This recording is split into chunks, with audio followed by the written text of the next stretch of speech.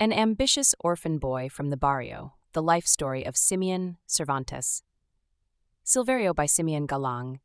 Silverio, Jr., retired publisher of a Filipino-American newspaper in San Diego, California.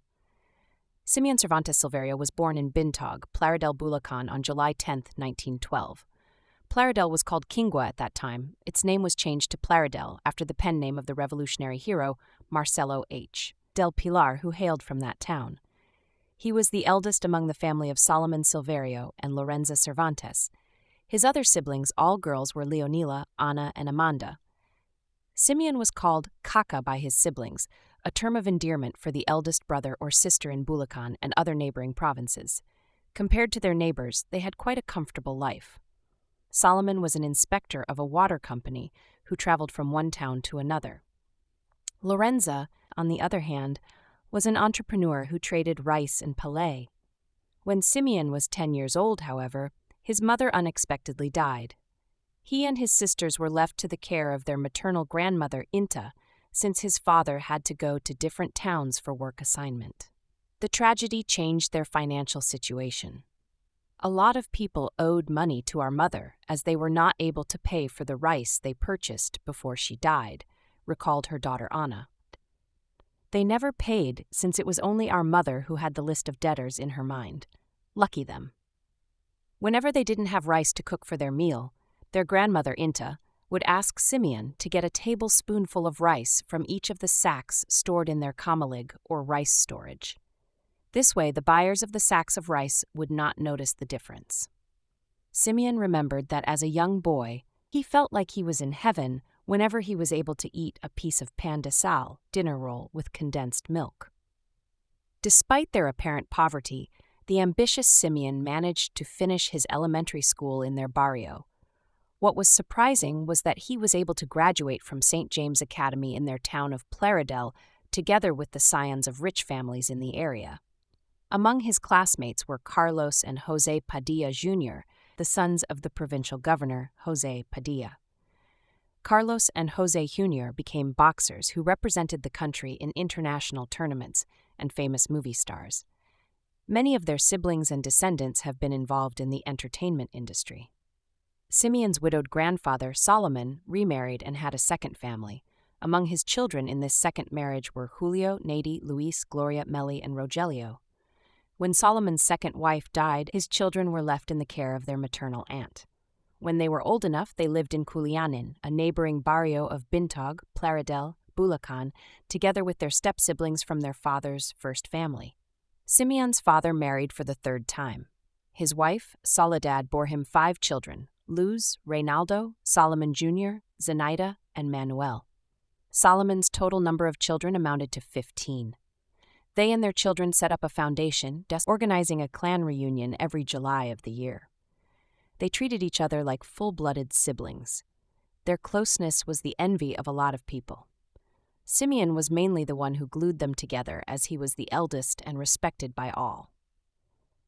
The first time Simeon came to Manila in his late teens, he got a job as an apprentice and later full-time worker at the composing department of Economics Press, and later the Bureau of Printing. This started the bloodline of printing business that is now running up to the 3rd generation of his family.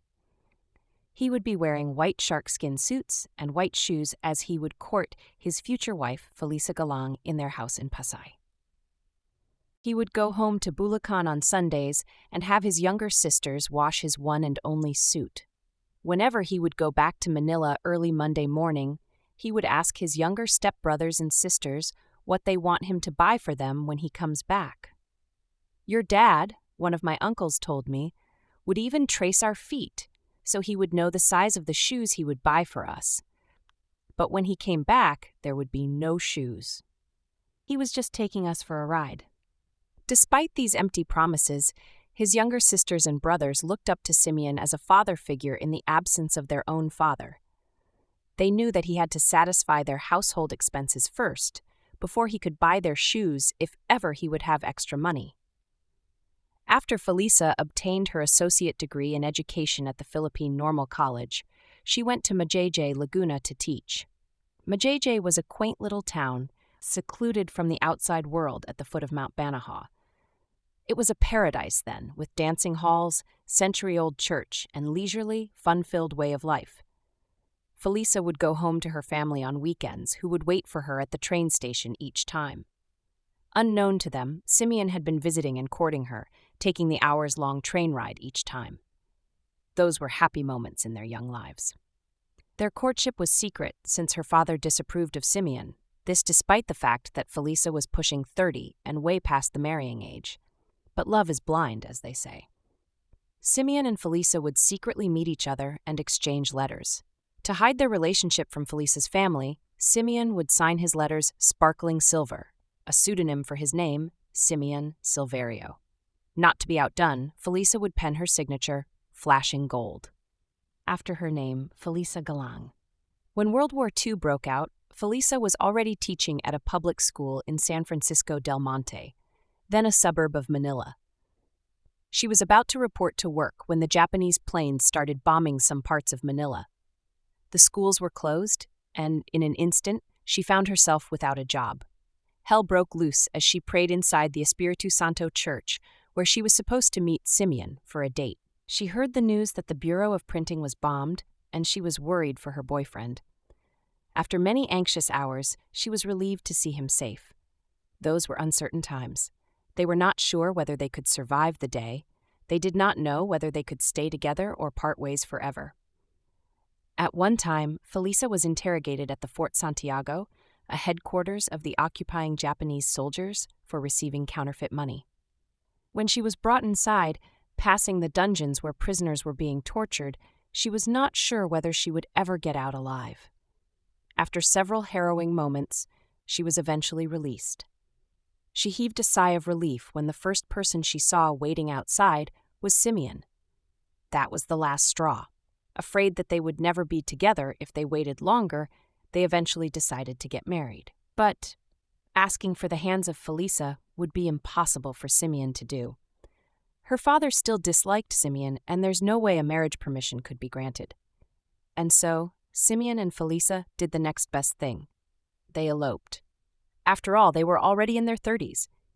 With the help of Simeon's distant cousin, Domingo Mapue, and 2 other companions who stood as wedding sponsors, they got married in a church, with only the 5 of them, plus the priest in attendance. Felisa would not forget that simple and austere wedding. She was very sad because her loved ones, like her parents, brothers, and sisters, were not in attendance. She was just wearing a simple dress, not a wedding gown. There were no bridal entourage or wedding guests. Their future, with the war still raging and the country occupied by the Japanese forces, was very dark. After the wedding, they went to a Chinese pansiteria in Chinatown to celebrate the occasion. Felisa would make sure she would make up for that bittersweet experience. When they reached their silver wedding anniversary on their 25th year of marriage, their printing business was already booming.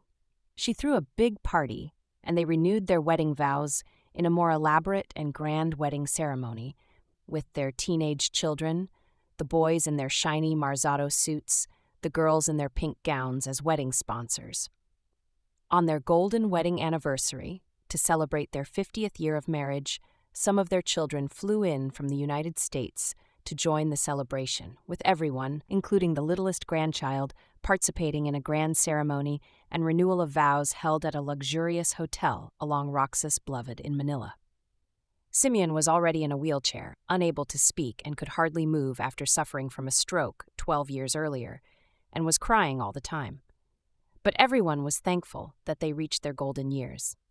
Simeon, together with his wife Felisa, put up Silverio Press in 1946, a successful printing business in Quiapo, Manila. It still exists today, 79 years after it was established. His wife was a public school teacher who was born in San Miguel, Manila, and whose family came from Culianan, Plaridel, Bulacan, a neighboring barrio where Simeon was born. He got to know her when she would spend summer vacations in the area.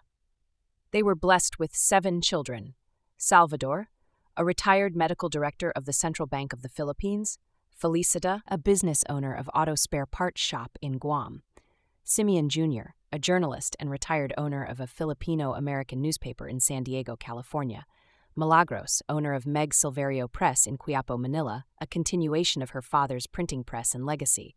Santiago, a lawyer and retired owner of a print shop in San Diego. Wilfredo, an agriculturist. And Gregorio, a doctor in Houston, Texas. As of his 113th birthday today, July 10, 2025, Simeon has 18 grandchildren and 26 great-grandchildren. Simeon Cervantes Silverio lived a fulfilled and comfortable life, financially helped his relatives and friends, and traveled abroad to visit his children. Not bad for an orphan who felt like being in heaven whenever he ate pan de sal with condensed milk as a young boy.